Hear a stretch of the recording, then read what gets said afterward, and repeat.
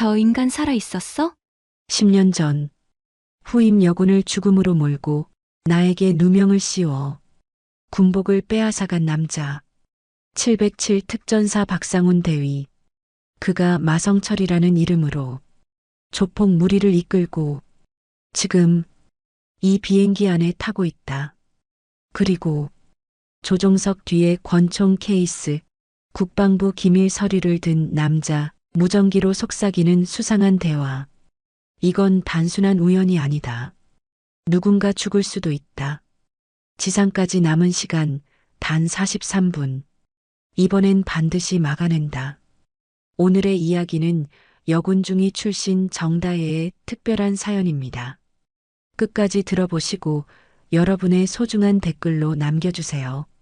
구독과 좋아요도 잊지 마시고 매일 새로운 영상을 놓치지 않으려면 알림 설정까지 부탁드려요.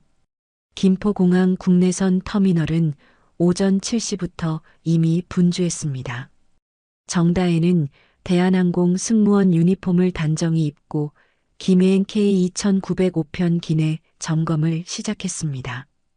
10년간 민항 승무원으로 일하며 쌓은 경험으로 승객들의 표정과 행동을 읽는 것이 습관이 되었죠. 특히 수상한 승객들을 구별하는 눈은 동료들 사이에서도 소문이 날 정도였습니다. 기내 점검 중 조종석 바로 뒤편 1열 좌석에서 이상한 광경을 목격했습니다. 검은 가죽 케이스에서 금속 광택이 번쩍이는 것이 보였는데 그 순간 누군가 재빨리 그것을 감췄습니다. 다혜는 군 출신답게 그것이 권총 케이스라는 것을 한눈에 알아차렸습니다. 민항기 내부에서 무기류를 발견하는 것은 심각한 문제였지만 아직 확실하지 않은 상황에서 성급하게 행동할 수는 없었습니다. 야이씨, 자리 좀 내. 여긴 우리 방인데 뭐. 그 자리에 앉은 3명의 남자가 거친 말투로 불평을 늘어놓았습니다. 한눈에 봐도 평범한 승객들이 아니었죠. 정장을 입고 있었지만 목과 손등에 문신이 살짝 보였고 특히 가운데 앉은 남자의 눈빛이 예사롭지 않았습니다. 왼쪽 남자는 계속 주변을 두리번거리며 경계하는 모습이었고 오른쪽 남자는 휴대폰을 만지작거리며 누군가와 은밀히 연락을 취하고 있었습니다. 다혜는 그들을 지나치며 자연스럽게 관찰했습니다. 3명 모두 체격이 건장하고 움직임이 훈련된 사람들 같았습니다. 사설 경호업체나 과거 조폭 출신이 세탁해서 정당한 사업을 하는 사람들일 가능성이 높았죠. 하지만 일반적인 경호원들과는 달리 이들에게서는 묘한 긴장감이 느껴졌습니다. 하지만 더 놀라운 것은 그중 한 명의 얼굴이었습니다. 가운데에 앉은 남자를 보는 순간 다혜의 온몸에 소름이 돋았습니다. 그 얼굴은 절대 잊을 수 없는 얼굴이었거든요. 10년이 지났지만 여전히 똑같은 오만한 표정과 차가운 눈빛을 가지고 있었습니다. 저 인간이 살아있었어? 다혜는 속으로 중얼거리며 손이 떨리는 것을 느꼈습니다. 그 남자는 10년 전 다혜의 인생을 완전히 바꿔버린 장본인이었습니다. 특전사 707부대에서 대위로 근무하던 박상훈이었죠. 당시 그는 부대 내에서 권력을 남용하며 후임들을 괴롭히는 것으로 악명이 높았습니다. 10년 전 그 사건은 다혜의 뇌리에 선명히 남아 있었습니다.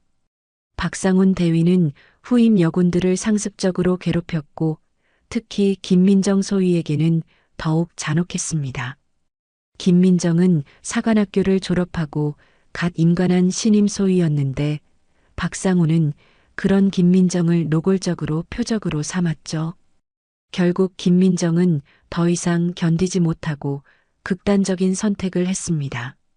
하지만 군 내부의 은폐와 외압으로 박상훈은 처벌받지 않았고 오히려 다혜가 진실을 밝히려다 보고서 조작이라는 누명을 쓰고 전역당했습니다. 지금은 다른 이름으로 살고 있을 테지만 다혜는 그의 명찰을 확인했습니다. 마성철이라는 이름이 적혀 있었죠. 신분 세탁을 한 것이 분명했습니다.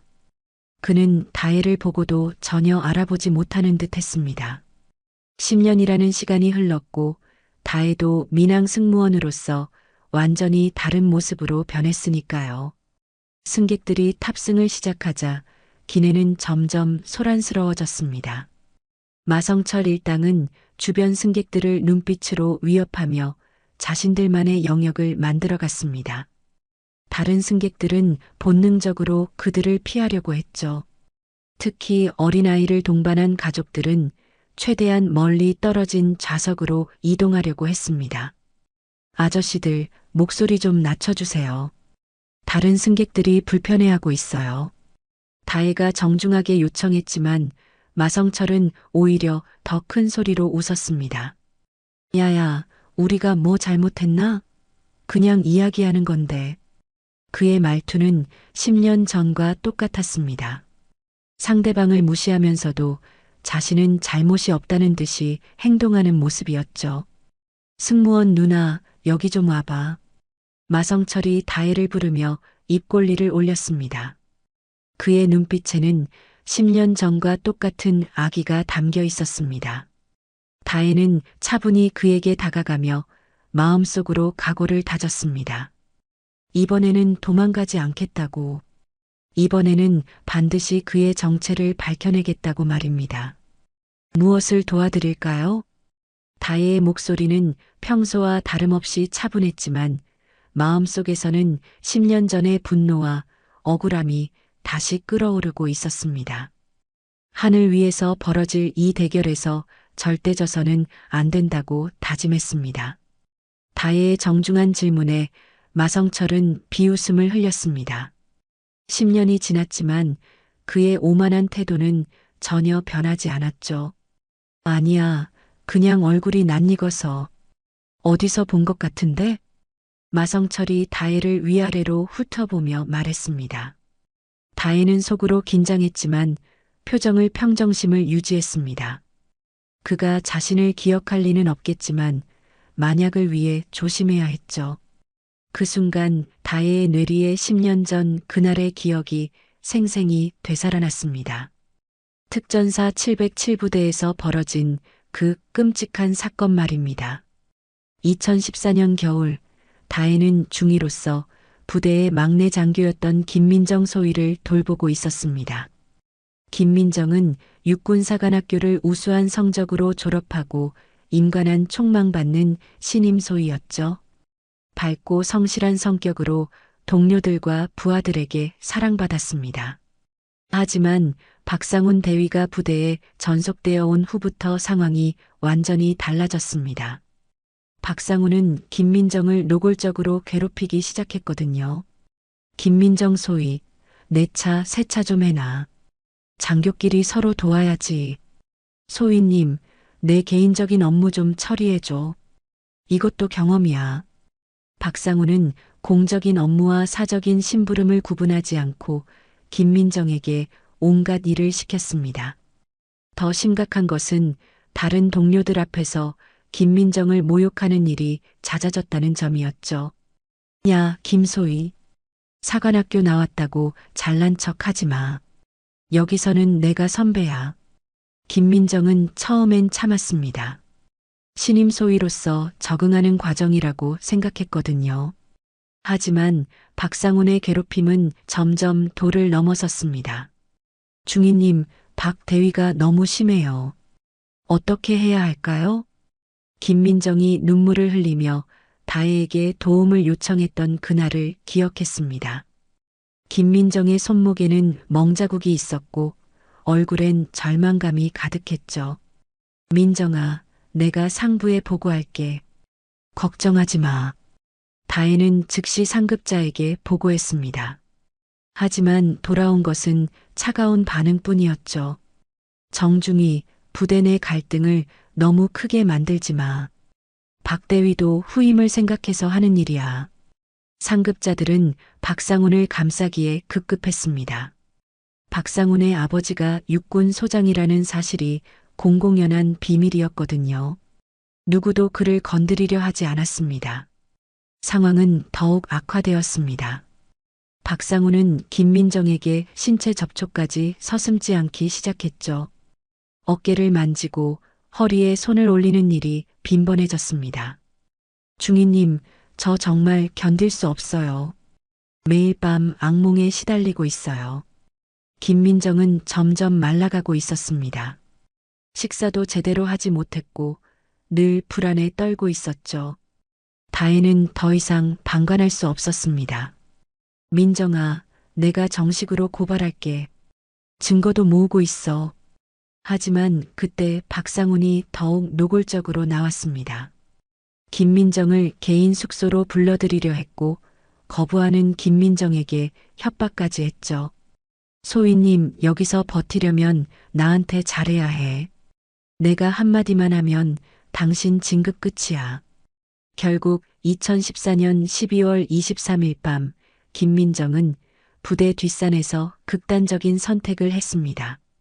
유서에는 박상훈의 지속적인 괴롭힘과 성추행, 그리고 상급자들의 방조에 대한 절망감이 적혀 있었죠. 내가 죽어야 진실이 밝혀질까요? 정중희님, 저를 지켜주지 못해서 죄송해요. 다혜는 김민정의 죽음을 헛되이 할 수 없었습니다. 모든 증거를 수집해서 상부에 정식으로 고발했습니다. 동료들의 증언도 확보했고 김민정이 남긴 일기와 녹음 파일도 제출했죠. 하지만 결과는 참담했습니다. 정다혜 중위, 당신이 제출한 보고서에 허위 사실이 포함되어 있다는 신고가 접수되었습니다. 오히려 다혜가 보고서를 조작했다는 누명을 썼습니다. 박상훈의 후원 세력들이 조직적으로 움직인 결과였죠. 증인으로 나서기로 했던 동료들도 하나둘 입을 다물기 시작했습니다. 중위님, 죄송합니다. 가족들이 위협을 받고 있어요. 결국 다혜는 부당 전역을 당했고 박상훈은 아무런 처벌 없이 타부대로 전속 발령을 받았습니다. 김민정의 죽음은 개인적 문제로 축소되었고 진실은 완전히 묻혔습니다. 야, 승무원. 멍하니 서 있지 말고 대답 좀 해봐. 마성철의 거친 목소리가 다혜를 현실로 되돌렸습니다. 주변 승객들이 불편한 표정으로 이들을 바라보고 있었죠. 죄송합니다. 처음 뵙는 것 같은데요. 다혜는 최대한 자연스럽게 대답했습니다. 마성철은 잠시 다혜를 쳐다보다가 고개를 끄덕였습니다. 그럼 그런가 보지. 그런데 승무원 누나, 군대 다녀왔어? 자세가 남다른데? 날카로운 질문이었습니다. 다혜는 순간 당황했지만 침착하게 답했습니다. 네, 잠깐 다녀왔습니다. 어느 부대? 나도 군대 있었거든. 그냥 일반 부대였어요. 마성철의 눈빛이 의심스럽게 변했습니다. 하지만 다행히 다른 승객이 도움을 요청해서 다혜는 그 자리를 벗어날 수 있었습니다. 다혜는 안도의 숨을 내쉬며 마음속으로 김민정에게 다짐했습니다. 민정아, 이번에는 내가 도망가지 않을게. 반드시 진실을 밝혀낼게. 비행기가 이륙을 준비하는 동안 다혜는 안전 점검을 하며 마성철 일당을 계속 관찰했습니다. 세 명은 작은 목소리로 무언가를 논의하고 있었고 가끔씩 휴대폰을 확인하며 긴장한 모습을 보였죠. 형님, 시간 확인했습니다. 예정대로 진행하면 됩니다. 오른쪽에 앉은 남자가 마성철에게 속삭였습니다. 다혜는 그들의 대화를 들으려고 귀를 기울였지만 엔진 소음 때문에 명확히 들리지 않았습니다. 이륙 후 30분이 지나자 마성철이 벨을 눌러 다혜를 불렀습니다. 승무원님, 잠깐만요. 다혜가 다가가자 마성철은 노골적으로 다혜의 몸을 훑어보며 말했습니다. 자꾸 보니까 정말 예쁘네. 나이는 몇 살이에요? 개인적인 질문은 답변 드리기 어렵습니다. 다혜가 정중하게 거절하자 마성철의 표정이 험악해졌습니다. 아이고, 까칠하네. 그냥 친근하게 물어본 건데 뭘 그렇게 경계해? 주변 승객들이 불편한 시선을 보내기 시작했습니다. 특히 어린 딸과 함께 탑승한 한 아버지가 마성철을 노려보고 있었죠. 아저씨, 승무원분이 불편해하시는 것 같은데요. 그 아버지가 용기를 내어 말했습니다. 하지만 마성철은 오히려 더욱 거칠게 나왔죠. 당신이 뭔데 끼어들어? 내가 뭐 잘못했나? 순간 기내 분위기가 얼어붙었습니다.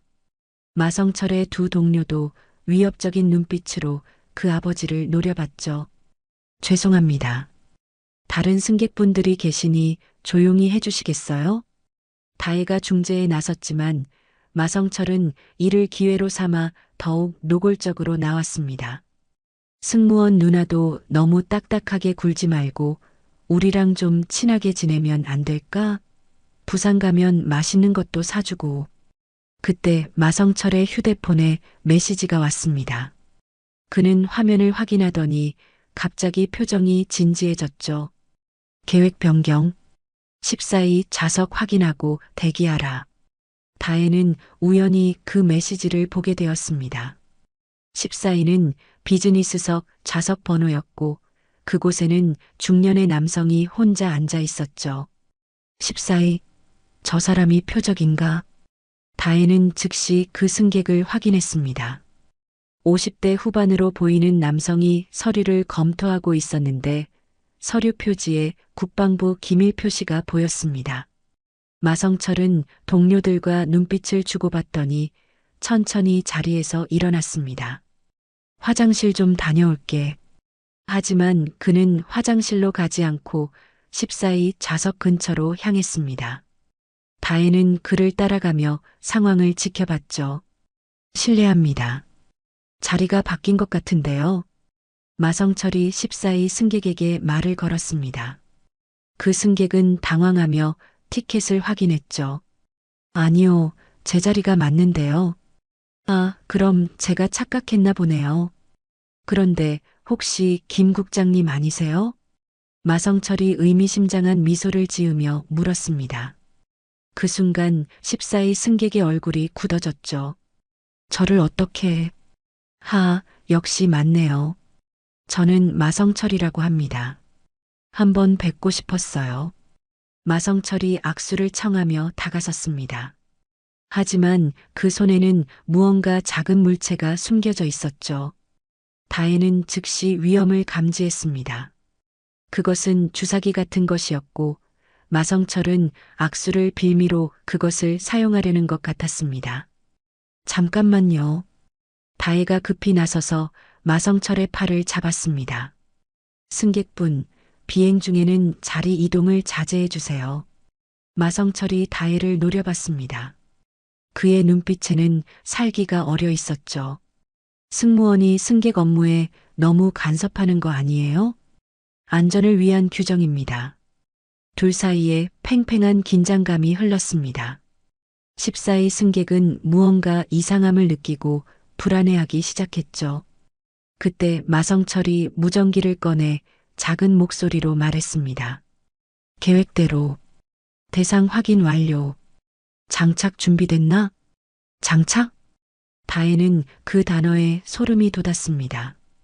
이들의 목적이 단순한 희롱이나 협박이 아니라는 것을 직감했죠. 뭘 장착한다는 거죠? 다혜가 따져 묻자 마성철은 차가운 미소를 지었습니다. 승무원 누나, 너무 궁금해하지 마. 건강에 안 좋아. 그 순간 왼쪽에 앉았던 마성철의 동료가 일어나 다혜에게 다가왔습니다. 형님, 이 여자 너무 신경 쓰이는데요. 그러게. 처음엔 그냥 예쁜 승무원인 줄 알았는데 뭔가 다르네. 마성철이 다혜를 빤히 쳐다보며 말했습니다. 혹시 정다혜 맞아? 707부대에 있었던? 다혜의 온몸에 전율이 흘렀습니다. 결국 들켰습니다. 마성철도 다혜를 기억하고 있었던 것이죠. 10년 만이네. 그때 나를 고발하려다 쫓겨난 그 여자 맞지? 마성철의 목소리에는 조롱과 분노가 섞여 있었습니다. 이게 어떻게 된 일이야? 여기서 다시 만나다니.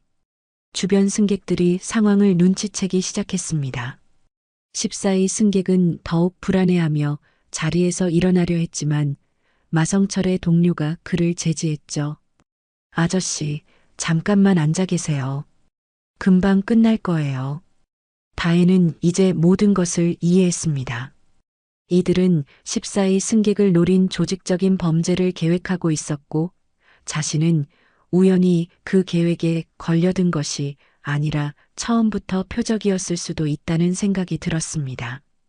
박상훈, 아니 마성철. 당신이 뭘 계획하든 내가 막을 거야. 다혜가 당당히 말하자 마성철은 크게 웃었습니다. 막겠다고? 하늘 위에서 어떻게? 마성철의 조롱 섞인 웃음소리가 기내에 울려 퍼졌습니다. 하지만 다혜는 물러서지 않았죠. 10년 전 김민정을 지키지 못했던 후회가 다시는 반복되어서는 안 된다는 각오가 서 있었습니다. 승무원분, 무슨 일인가요? 그때 뒤에서 다른 남성 승무원이 다가왔습니다. 다혜와 같은 팀으로 근무하는 윤태현이었죠. 다혜는 안도의 한숨을 내쉬었습니다. 동료가 와주니 상황을 정리하기가 수월해질 것 같았거든요. 태연 씨, 이 승객들이. 하지만 다혜의 말을 끊고 윤태현이 예상치 못한 반응을 보였습니다. 다혜 씨, 괜찮습니다. 제가 처리할게요. 윤태현이 마성철에게 작은 목소리로 말했습니다. 계획에 차질이 생겼나요? 다혜는 귀를 의심했습니다.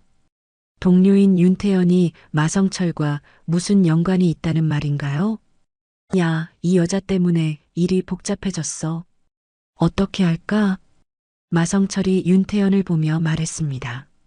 그제서야 다혜는 충격적인 사실을 깨달았죠. 태연 씨, 설마 당신도?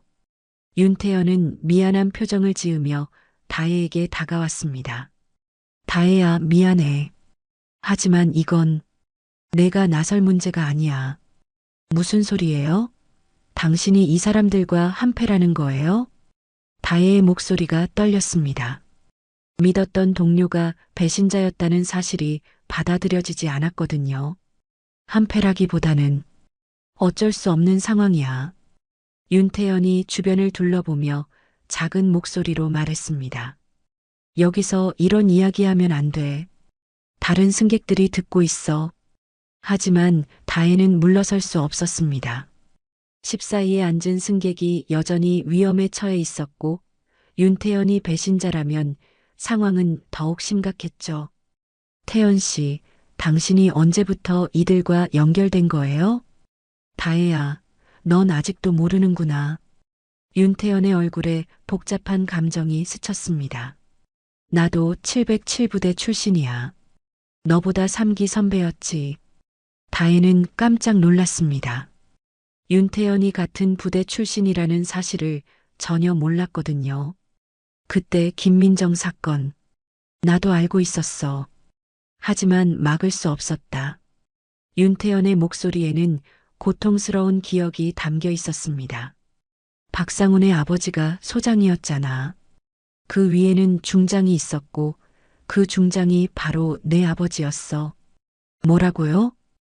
다혜는 믿을 수 없다는 표정으로 윤태현을 바라봤습니다. 내 아버지가 박상훈을 비호했어. 나는 그 사실을 알고도 막지 못했다. 김민정이 죽은 것도 내가 쫓겨난 것도 모두 내가 막을 수 있었는데 윤태현의 고백은 충격적이었습니다. 그가 10년 전 사건의 내부 사정을 모두 알고 있었다는 것이죠. 그래서 지금 이 일에 연루된 거예요? 아니야. 이건 다른 문제야. 윤태현이 14위 승객을 힐끗 보며 말했습니다. 저 사람은 김 국장이야.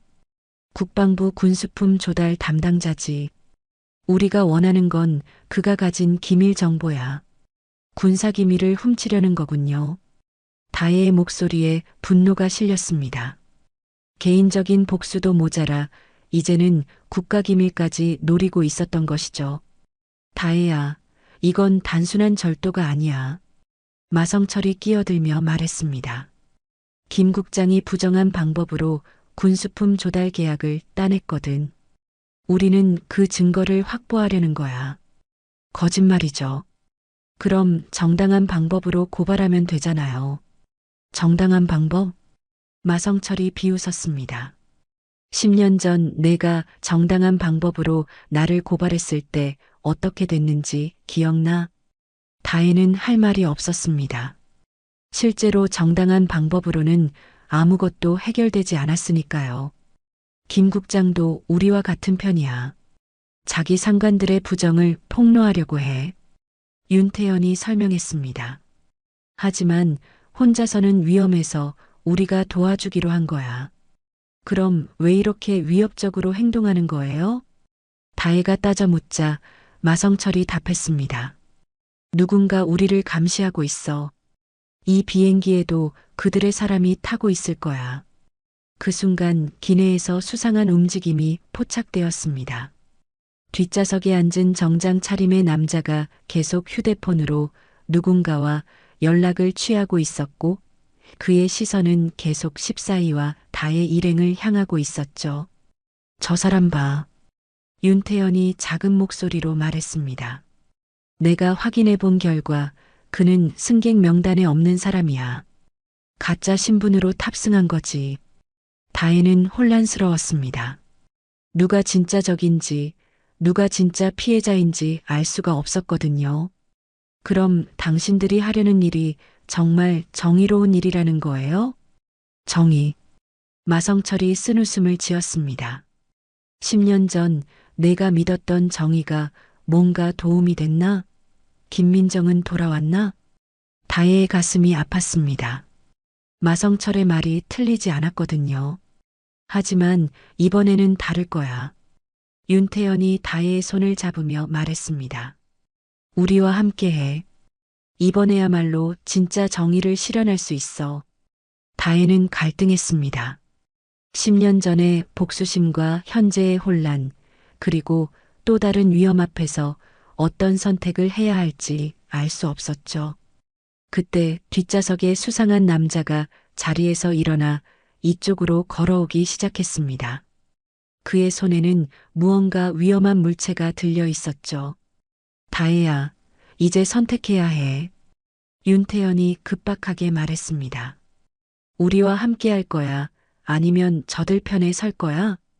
윤태연의 급박한 목소리가 다혜의 귀에 울렸습니다. 뒷좌석에서 다가오는 수상한 남자의 발걸음 소리가 점점 가까워지고 있었죠.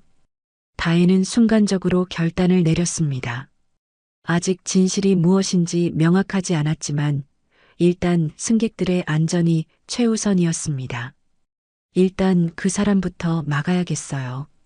다혜가 뒷좌석의 남자를 향해 걸어갔습니다. 그런데 그 남자의 손에 들린 것은 무기가 아니라 작은 송신기 같은 장치였죠. 실례합니다, 승객님. 기내에서는 전자기기 사용을 자제해 주세요. 다혜가 정중하게 말했지만 그 남자는 다혜를 무시하고 계속 장치를 조작했습니다. 비켜요. 당신이 끼어들 일이 아닙니다.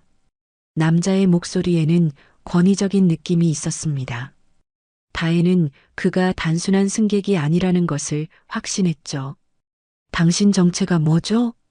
국정원 소속입니다. 지금 테러 진압 작전 중이에요. 남자가 작은 목소리로 신분을 밝혔습니다. 하지만 다혜는 쉽게 믿을 수 없었습니다. 신분증 보여주세요.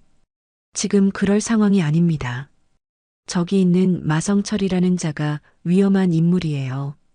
그 순간 마성철이 다혜에게 소리쳤습니다. 다혜야, 그자 말 믿지 마. 저놈이 진짜 위험한 인물이야.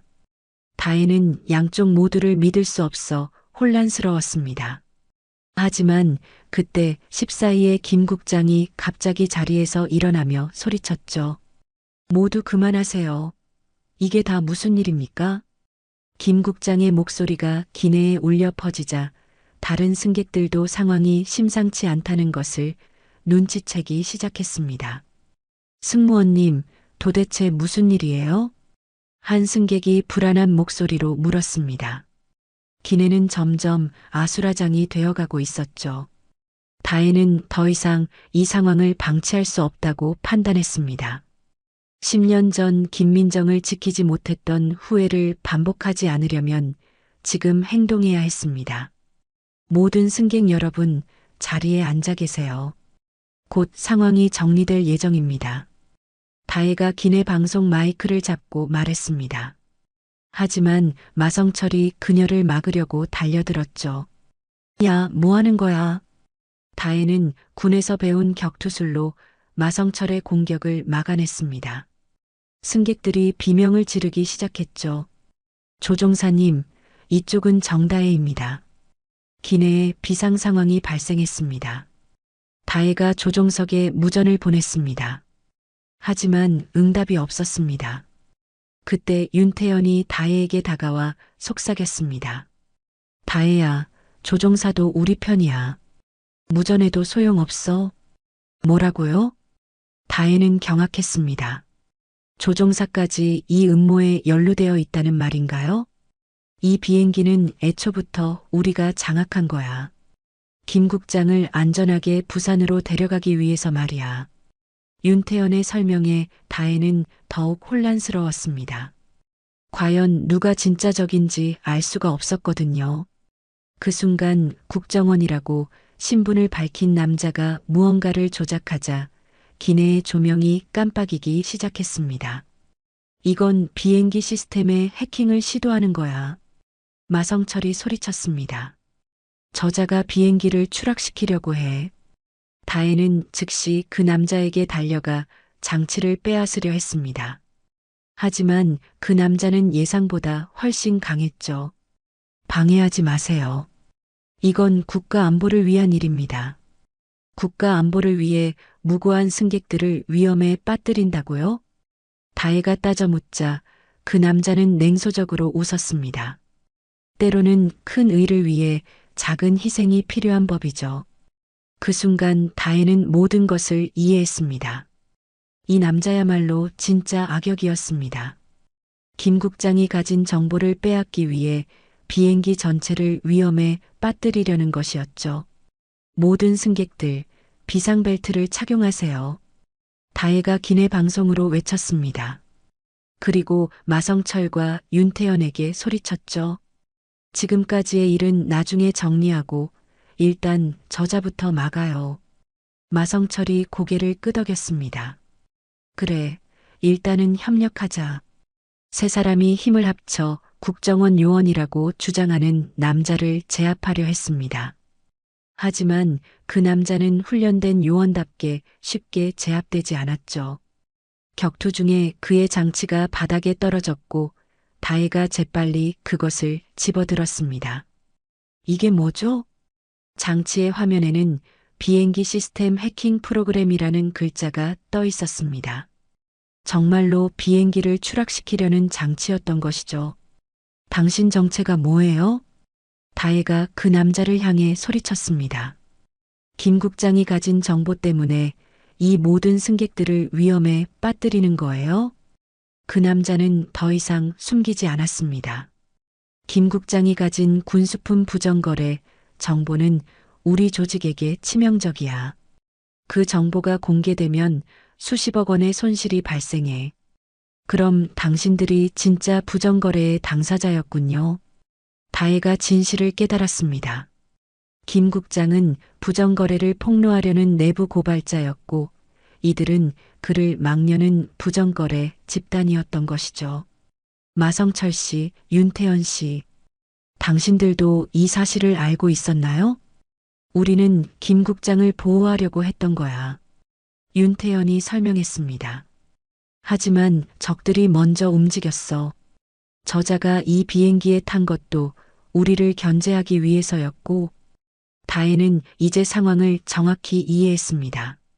복잡한 음모 속에서 진짜 악역과 선역을 구분해야 했던 것이죠. 그럼 이제 어떻게 해야 하죠? 일단 저자를 완전히 제압하고 비행기를 안전하게 착륙시켜야 해. 마성철이 말했습니다. 그리고 부산에 착륙하면 진짜 전쟁이 시작될 거야. 마성철의 말이 끝나자마자 기내에 비상방송이 울려 퍼졌습니다. 승객 여러분, 기상 악화로 인해 김해공항 착륙이 지연되고 있습니다.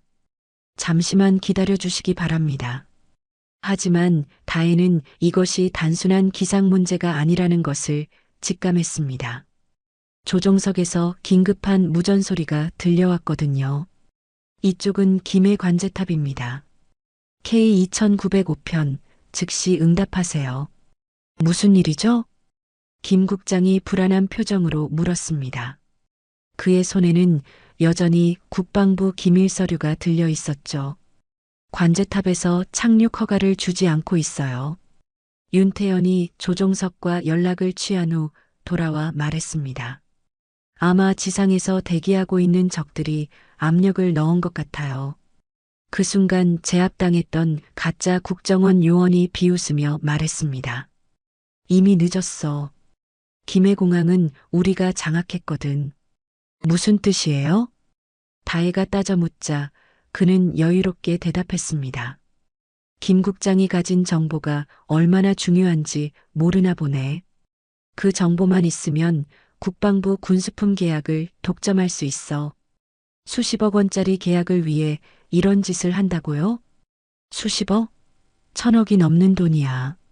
그의 고백에 다혜는 경악했습니다. 그토록 거대한 이권이 걸린 문제였던 것이죠. 그때 기내 승객 중 한 명이 갑자기 자리에서 일어났습니다. 평범한 회사원처럼 보였던 그 남자가 정체를 드러낸 것이죠. 모두 움직이지 마세요. 우리는 김 국장만 원합니다. 그의 손에는 권총이 들려 있었습니다. 승객들이 비명을 지르며 몸을 숙였죠. 또 다른 공범이 있었군요. 다혜가 이를 악물었습니다. 적들은 처음부터 치밀하게 계획을 세워왔던 것입니다. 김 국장님, 조용히 따라오세요. 다른 승객들은 해치지 않겠습니다. 하지만 김 국장은 단호하게 거부했습니다. 안 됩니다. 이 정보는 반드시 세상에 알려져야 해요. 그럼 이 비행기에 있는 모든 사람들이 위험해집니다. 무장한 남자가 위협했습니다. 하지만 그때 예상치 못한 일이 벌어졌죠. 아버지, 기내 뒤쪽에서 한 여성이 소리쳤습니다. 20대 후반으로 보이는 그 여성이 김 국장을 향해 달려왔습니다. 미영아, 내가 왜 여기에? 김 국장이 놀란 표정으로 딸을 바라봤습니다. 아버지를 보호하려고 왔어요. 이 사람들이 아버지를 노리고 있다는 정보를 입수했거든요.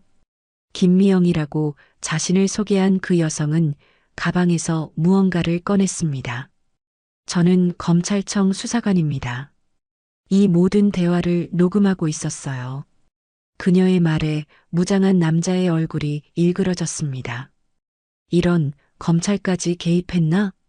상황은 점점 복잡해지고 있었습니다. 다혜는 이 모든 것이 계획된 함정인지 우연인지 판단하기 어려웠죠. 잠깐만요. 마성철이 갑자기 끼어들었습니다. 김미영 검사님, 혹시 이 사건을 수사하시게 된 경위가 어떻게 되나요? 왜 그런 걸 묻죠? 저도 이 사건과 관련된 피해자거든요. 10년 전부터 이들의 부정을 추적해 왔어요. 마성철의 말에 다혜는 충격을 받았습니다. 그가 단순한 복수가 아니라 정의를 위해 움직이고 있었다는 말인가요? 10년 전이라면 김미영 검사가 마성철을 자세히 보더니 놀란 표정을 지었습니다.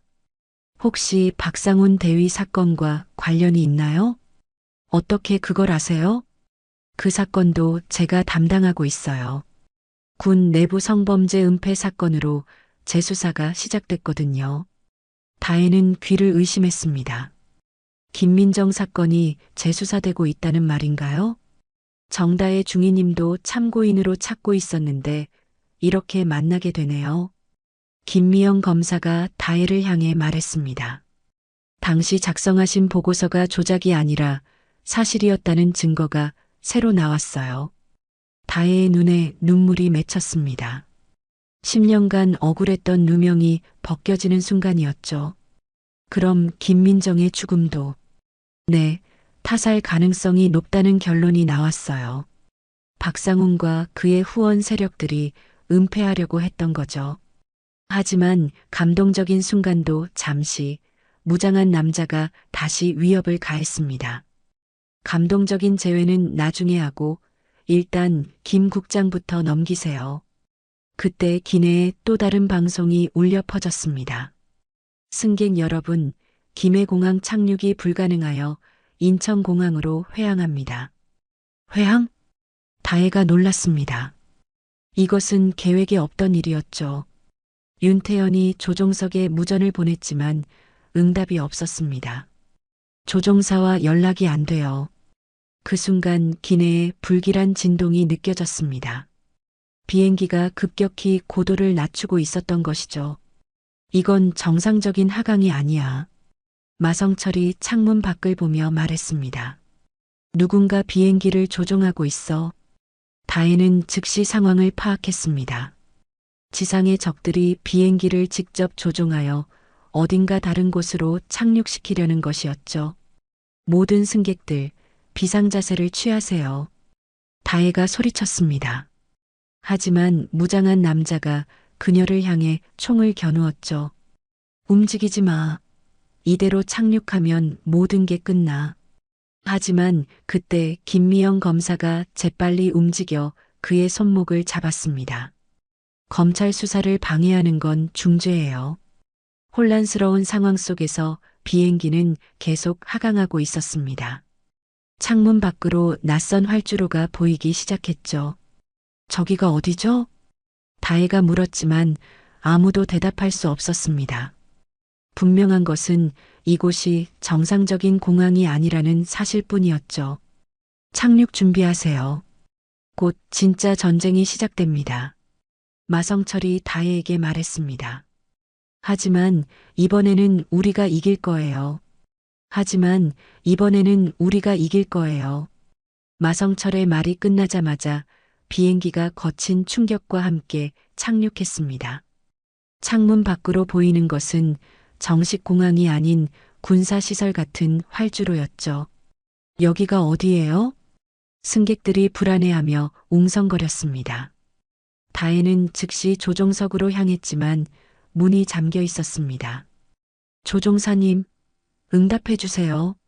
아무런 대답이 없었습니다. 그때 기내 방송이 다시 울려 퍼졌죠.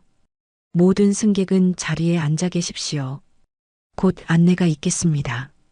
하지만 그 목소리는 조종사의 것이 아니었습니다. 낯선 남성의 목소리였죠. 누구죠? 다혜가 소리쳤지만 답은 없었습니다. 대신 비행기 외부에서 무장한 사람들이 계단차를 끌고 다가오는 것이 보였습니다. 준비하세요. 김미영 검사가 아버지인 김 국장을 보호하며 말했습니다. 이들은 정말로 우리를 납치하려는 것 같아요. 그 순간 기내 문이 열리며 검은 옷을 입은 무장 요원들이 들어왔습니다. 그들의 리더로 보이는 남자가 앞으로 나섰죠. 김 국장님, 오랜만입니다. 그 남자는 40대 후반으로 보였고 군인 출신임을 한눈에 알 수 있었습니다. 이강민 대령, 김 국장이 경악하며 그의 이름을 불렀습니다. 당신이 이 모든 일의 배우였군요. 배우라니 참 듣기 거북하네요. 저는 그저 국가 이익을 보호하고 있을 뿐입니다.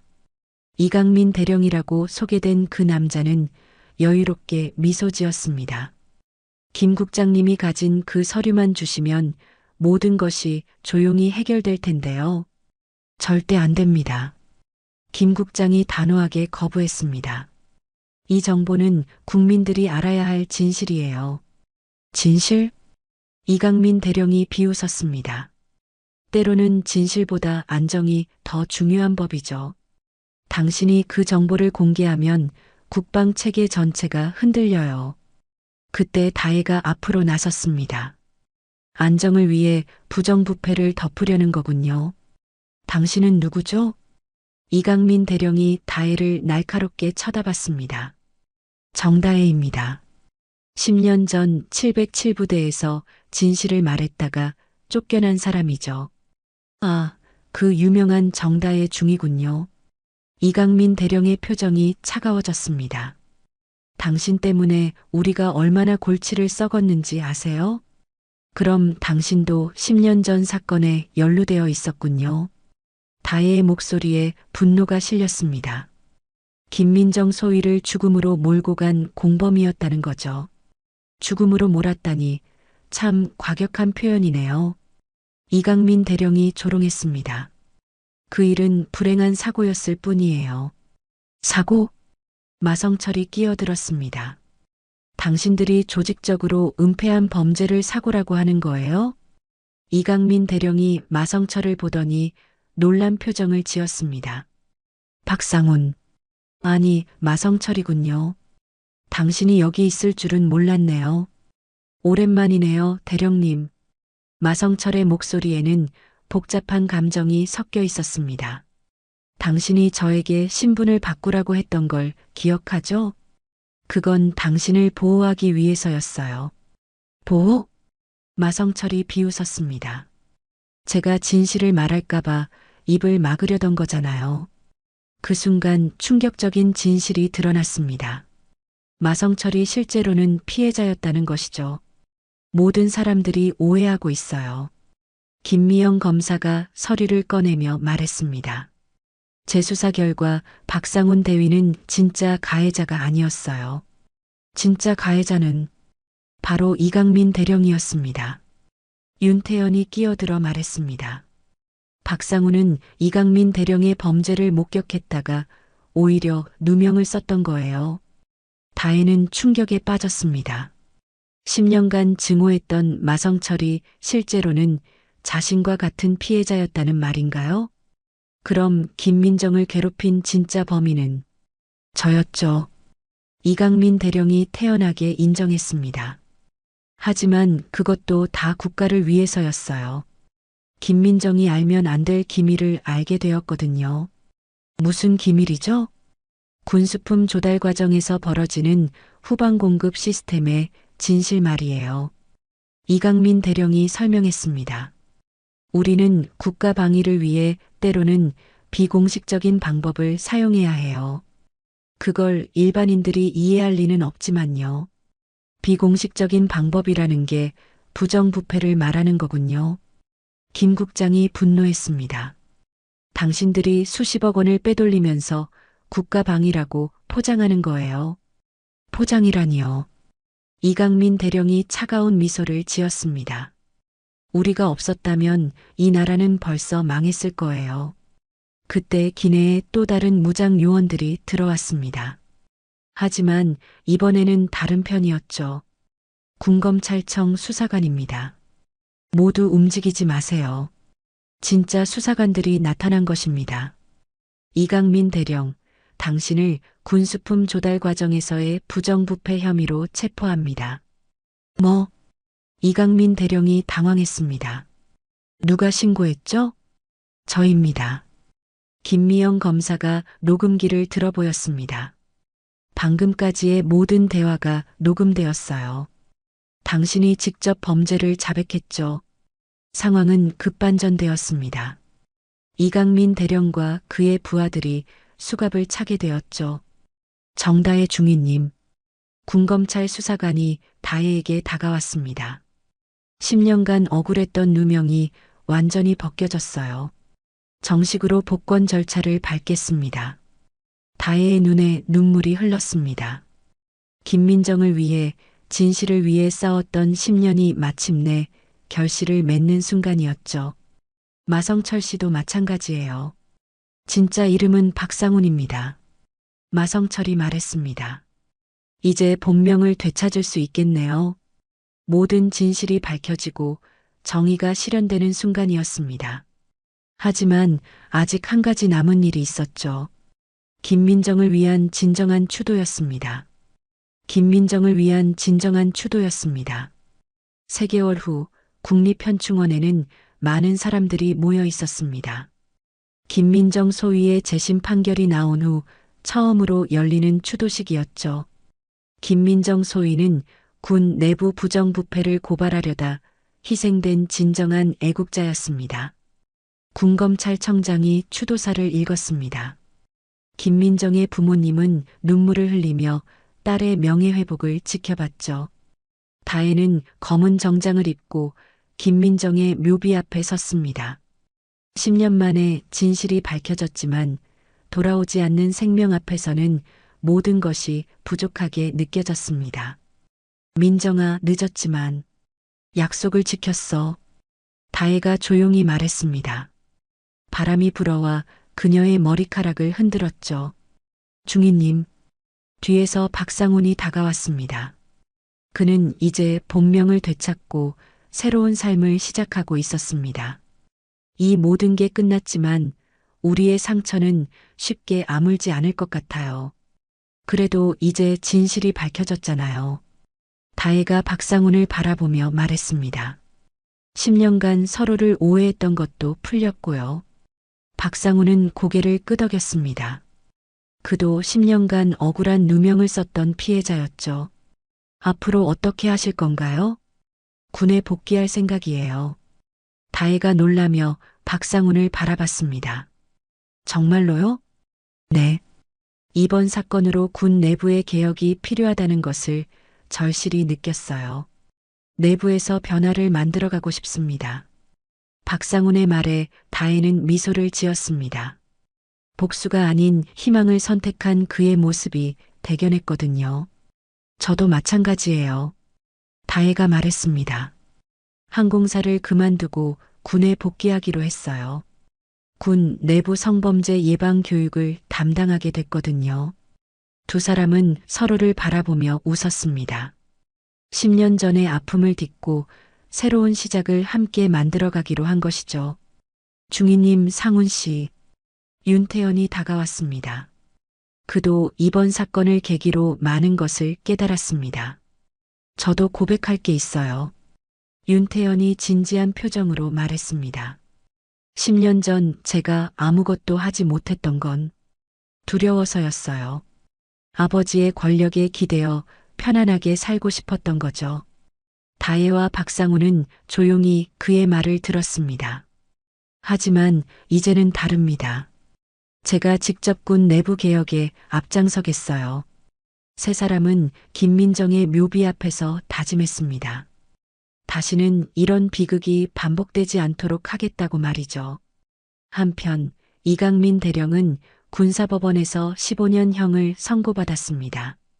그와 함께 군수품 조달 비리에 연루된 수십 명이 처벌을 받았죠. 김 국장은 국정감사에서 증인으로 출석해 모든 진실을 증언했습니다. 그의 용기 있는 고발로 국방부 전체의 대대적인 개혁이 시작되었습니다. 아버지, 정말 자랑스러워요. 김미영 검사가 아버지인 김 국장을 안으며 말했습니다. 딸이 있어서 용기를 낼 수 있었어. 김 국장이 딸을 바라보며 미소 지었습니다. 6개월 후 다혜는 국방부 성범죄 예방교육센터 소장으로 임명되었습니다. 그녀의 첫 번째 교육 대상은 신임 장교들이었죠. 여러분, 진정한 군인이란 무엇일까요? 다혜가 강단에서 질문했습니다. 계급과 권력으로 약자를 지배하는 사람이 아닙니다. 정의와 양심에 따라 옳은 일을 하는 사람이 진정한 군인입니다. 교육생들은 진지한 표정으로 다혜의 말을 들었습니다. 10년 전 한 소위가 진실을 말하려다 목숨을 잃었습니다. 김민정 소위입니다. 다혜가 김민정의 사진을 보여주었습니다. 우리는 그의 희생을 잊어서는 안 됩니다. 그리고 다시는 이런 일이 일어나지 않도록 해야 합니다. 교육이 끝난 후 다혜는 창밖을 바라봤습니다. 멀리 하늘에는 비행기가 지나가고 있었죠. 그때 박상훈이 사무실로 들어왔습니다. 그는 군 내부 개혁 TF팀장으로 임명되어 다혜와 함께 일하고 있었습니다. 중위님, 오늘 교육은 어땠어요? 좋았어요. 젊은 장교들의 눈빛이 달랐어요. 다혜가 미소 지으며 답했습니다. 변화가 느껴져요. 저도 그래요. 박상훈이 고개를 끄덕였습니다. 오늘 신입부사관 교육에서 한 학생이 그러더라고요. 김민정 소위 같은 용기 있는 군인이 되고 싶다고. 두 사람은 서로를 바라보며 웃었습니다. 김민정의 희생이 헛되지 않았다는 것을 느낄 수 있었거든요. 그날 저녁 다혜는 김민정의 부모님을 찾아뵀습니다. 어머님, 아버님, 민정이가 원했던 세상을 만들어가고 있어요. 김민정의 어머니가 다혜의 손을 잡으며 말했습니다. 다혜야, 고마워. 민정이도 하늘에서 기뻐할 거야. 다혜는 눈물을 흘렸습니다. 행복한 눈물이었죠. 1년 후 다혜는 대한항공 기내에서 강연을 하고 있었습니다. 항공사 직원들을 대상으로 한 인권 교육이었죠. 여러분, 우리는 하늘에서 승객들의 안전을 책임지는 사람들입니다. 다혜가 말했습니다. 그 책임에는 신체적 안전뿐만 아니라 인격적 존중도 포함됩니다. 강연이 끝난 후 한 젊은 승무원이 다혜에게 다가왔습니다. 선배님, 정말 감동적이었어요. 저도 선배님처럼 용기 있는 사람이 되고 싶어요. 다혜는 그 승무원을 보며 김민정을 떠올렸습니다. 그리고 마음속으로 다짐했죠. 민정아, 내가 꿈꿨던 세상을 만들어 갈게. 더 이상 누구도 혼자 고통받지 않는 세상을 말이야. 하늘 위를 날아가는 비행기 창문으로 석양이 비쳤습니다.